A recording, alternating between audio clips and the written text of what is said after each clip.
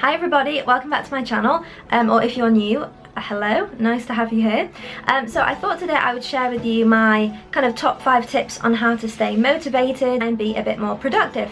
So by no means necessary am I an expert. I'm no CEO, I'm no Mark Wahlberg who we're going to put half for my first of 74 workouts, but these are just 5 tips that I use pretty much every day that help me to kind of more or less keep on top of my life, which is what we're all aiming for at the end of the day, isn't it? These tips should hopefully help you whether you're working, whether you're studying in university or something, but aren't we all students of life at the end of the day?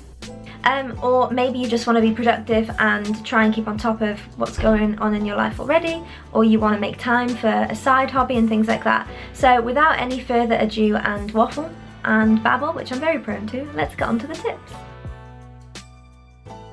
So tip number 1 would be, realise willpower is not an unlimited resource. And what I mean by that is, you can start out with the best intentions, whether it's something like you wanting to work out every day, or just go to bed at a certain time, or maybe get your to-do list done for the day. But if you're relying solely on just willpower to do it, it's a lot more effort than actually just making life easier for yourself.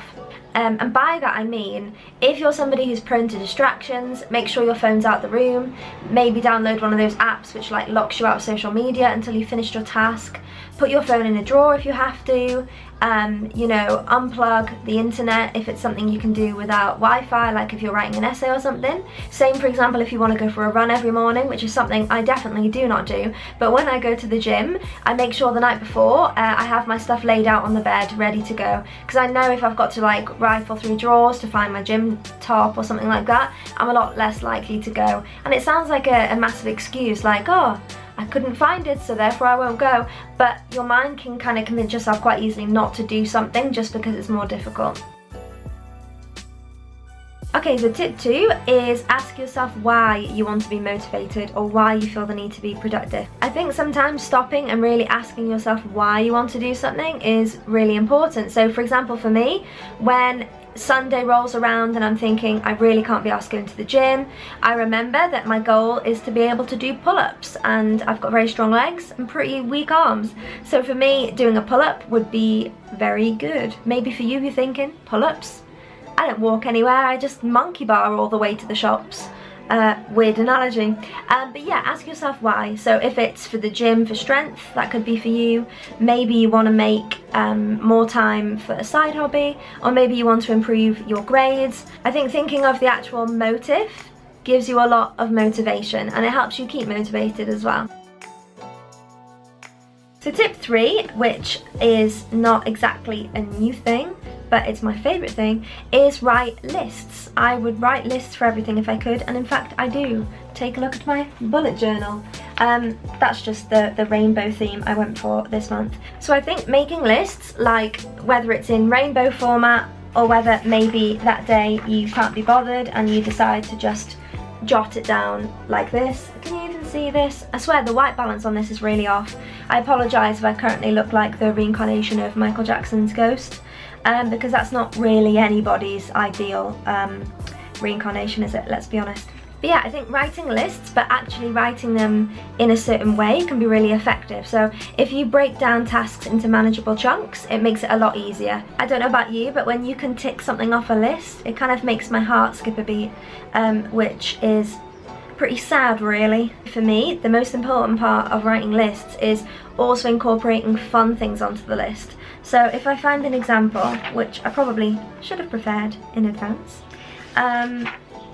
okay, right here on this page that has a big picture of a rainbow cake in the background. So that day I had 4 classes to do and some lesson preparation. So underneath that in a separate section I put go for coffee with Lee, my boyfriend, start new book, and watch an episode of Killing Eve. So in that way, for every couple of productive things you do, like okay, I've taught 2 classes, I then go, okay, I'm gonna watch an episode. And I think by actually allowing the fun time to be on your list too, it makes it a lot easier to actually do the tasks and be productive in the time, because you know there's that kind of goal at the end. I think far too often what people do is they don't fully commit to doing the task they have to do, but then they also don't fully commit to relaxing as well. So let me know if this is you too. But my worst kind of mistake back in university was I would sit down to write an essay, write the title, maybe write the first couple of sentences and go, right, I think I need a break now, and then go and procrastinate for a couple of hours. Whereas in reality, if I'd said to myself, right, sit down and write for a solid 30 minutes and then you can have a 30-minute break, even though that seems like quite a long break for that amount of time, in the end I would have done more work than the original way. So make sure you schedule in some fun time too, because life's for living, you know what I mean? We're all gonna die. So tip 4 is only something I've kind of come across recently, but it's the idea that life moves in seasons, and so does your year, and if you're a woman or somebody who menstruates, so does your month. So for parts of the month for me, I feel way more productive than other parts.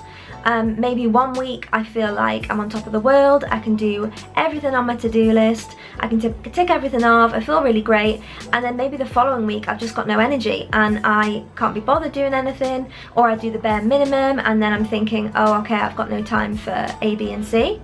So if that's the case, try to schedule more work. I mean, this depends on your job and your situation, but try and get more done in the weeks where you feel energetic and productive. So that allows you then, for when you have a bit of downtime, or maybe you feel a little bit lethargic or tired, it then compensates for those times.